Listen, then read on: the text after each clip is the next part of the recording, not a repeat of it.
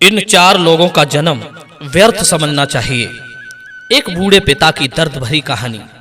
जय श्री कृष्ण मित्रों, स्वागत है आप सभी दर्शकों का एक बार पुनः गोपेश ज्ञान यूट्यूब चैनल में। मित्रों, आज की कहानी को आप सबको ध्यान से सुनना चाहिए। आज की कहानी आपके लिए बहुत सुंदर शिक्षा देकर जाएगी।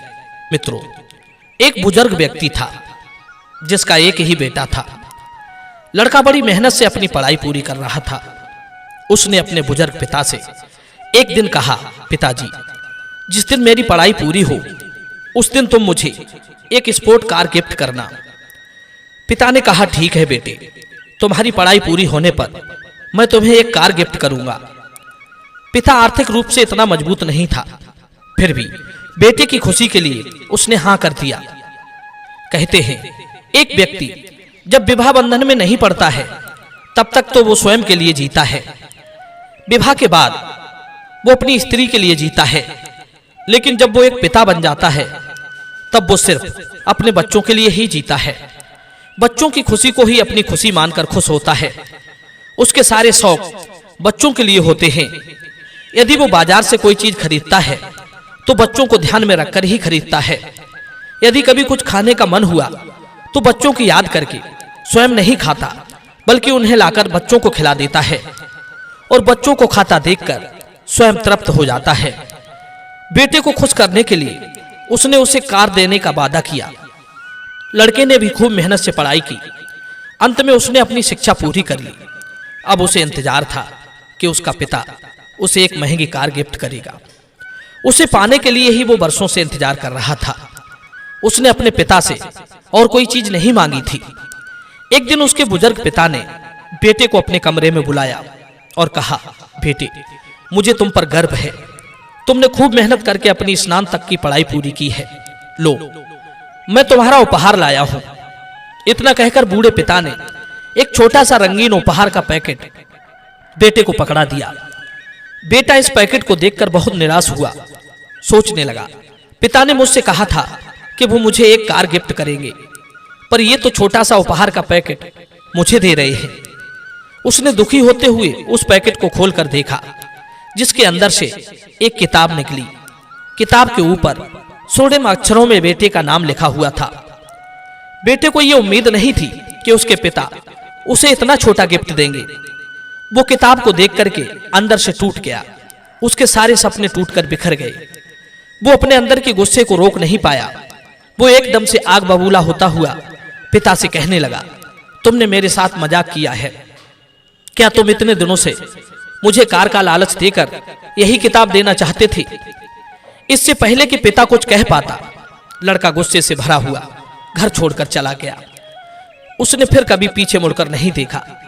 कई साल बीत गए, वो घर लौटकर नहीं आया। किसी शहर में रहकर वो एक कारोबार में व्यस्त हो गया। वहीं उसने एक सुंदर सा मकान बना लिया। वहीं उसका विवाह हो गया और अपने परिवार के साथ आनंद से रहने लगा।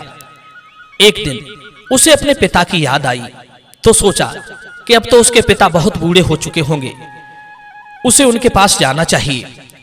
कई वर्षों से उनको देखा नहीं है। जब से रुष्ट होकर घर से चला आया हूं, तब से मैं उनके पास नहीं गया। पिता यदि कार देकर मेरी खुशी पूरी ना कर पाए तो कोई बात नहीं। उन्होंने मुझे जो पढ़ा लिखा दिया, आज उसकी वजह से मेरे पास सब कुछ है। गुस्से को भूलकर बेटा पिता से मिलने जाने की तैयारी करने लगा। तभी उसे एक खबर मिलती है कि उसके पिता का तो काफी दिन पहले देहांत हो चुका है और वसीयत में उन्होंने सब कुछ अपने बेटे के नाम लिख दिया है। कृपया पिता की संपत्ति को आकर संभालें। प्रिय बंधुओं, लड़का अपने घर पहुंचा तो वहां पिता को ना पाकर अपार दुख में डूब गया। उसका हृदय भर आया। उसने अपने पिता के कागजात ढूंढे तो उसके हाथ वही किताब लगी जिसे उपहार स्वरूप उसके पिता ने उसे भेंट किया था। किताब को देखकर उसकी आंखें छलछला उठी। वो उस किताब को खोलकर देखने लगा। 2-3 पन्ने पलटने के बाद उसने देखा कि उसमें एक कार की चाबी रखी हुई थी। उसी चाबी के साथ एक चिट चिपकी हुई थी जिस पर कार के डीलर का नाम लिखा था और स्नातक दिवस की तारीख लिखी थी और कार के भुगतान का विवरण भी लिखा हुआ था। वो चाबी उसी कार की थी जिसे उसके पिता ने उसे उपहार में दिया था। पर वो पिता के उस प्यार को सिर्फ किताब समझकर उसे फेंक कर चला गया था। यदि वो किताब को खोलकर उसी दिन देख लेता या पिता की बात सुन लेता तो वो कार उसी दिन उसे मिल जाती, पर गुस्से में उसने ना तो कुछ सुना न पीछे मुड़कर देखा। मित्रों, हम कई बार स्वयं को मिलने वाले आशीर्वाद से इसलिए वंचित रह जाते हैं कि वे हमारी मन की कल्पनाओं के अनुसार नहीं होते। लड़का बार बार रोता हुआ अपने पिता से क्षमा मांगने लगा, पर अब उसकी बात सुनने के लिए उसके पिता वहां मौजूद नहीं थे।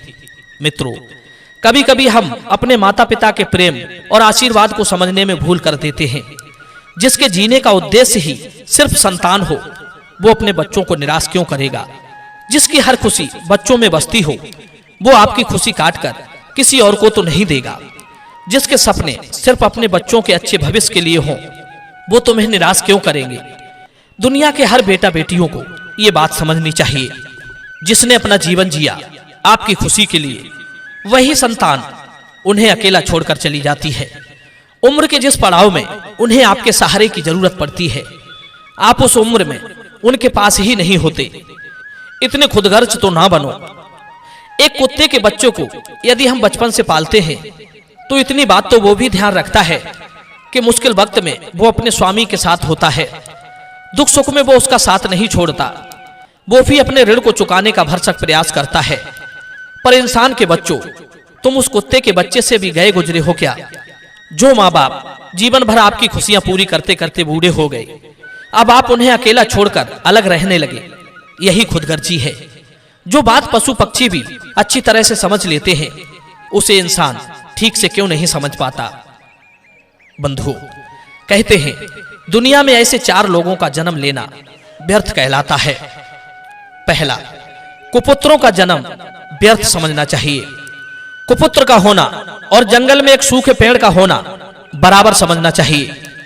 जैसे सूखा वृक्ष किसी को फल नहीं दे सकता, किसी को सुख नहीं दे सकता, उल्टा जब वो जलेगा तो पूरे जंगल को जलाकर राख बना सकता है, उसी तरह कुपुत्र से किसी माँ बाप को कोई सुख नहीं मिलता, उल्टा वो अपने कुकर्मों के कारण पूरे परिवार को नष्ट कर सकता है।